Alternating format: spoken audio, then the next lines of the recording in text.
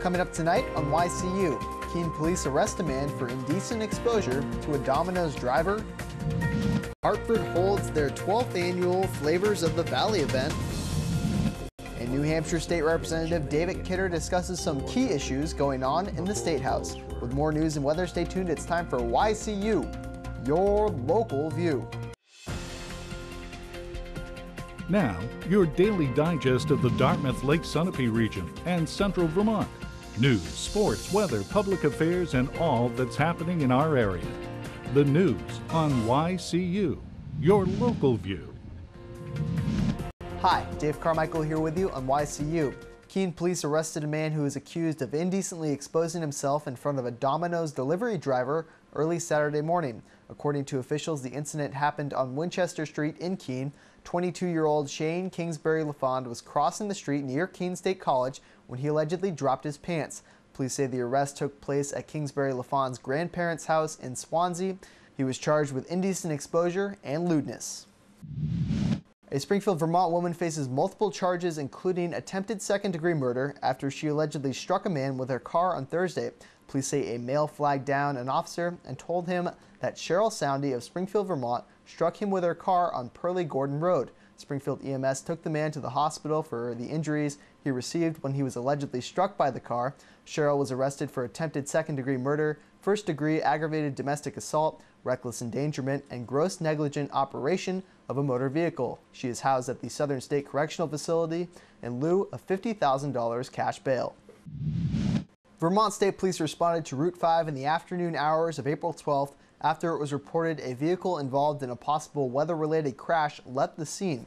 Police say that 21-year-old Robert Lawrence of Bellows Falls was allegedly operating a 1998 Audi in snowy and rainy conditions when the vehicle struck 3 trucks at a local dealership and a mailbox, causing severe rear-end damage to the vehicle. Upon further investigation, troopers made contact with Lawrence and Belinda Butterfield-Rivard.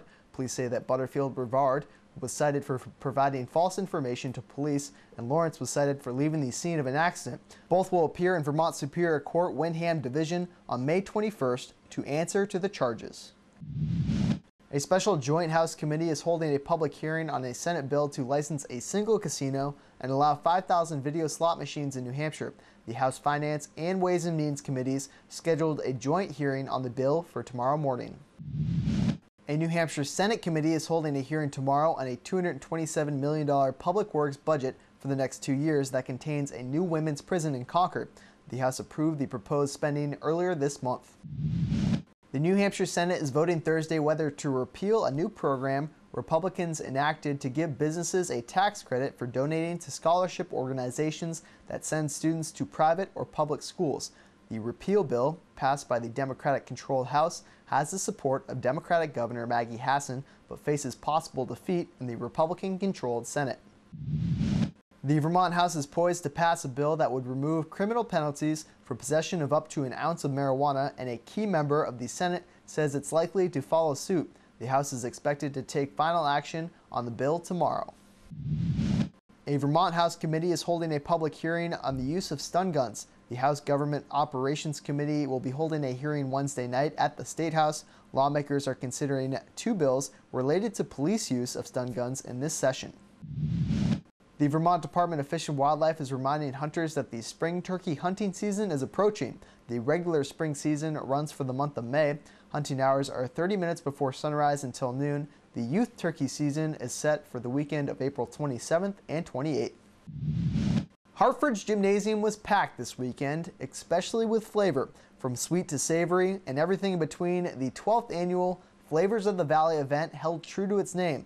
The event is organized by Vital Communities, and this year's event featured 57 local vendors, including restaurants, farms, businesses, nonprofits, and more.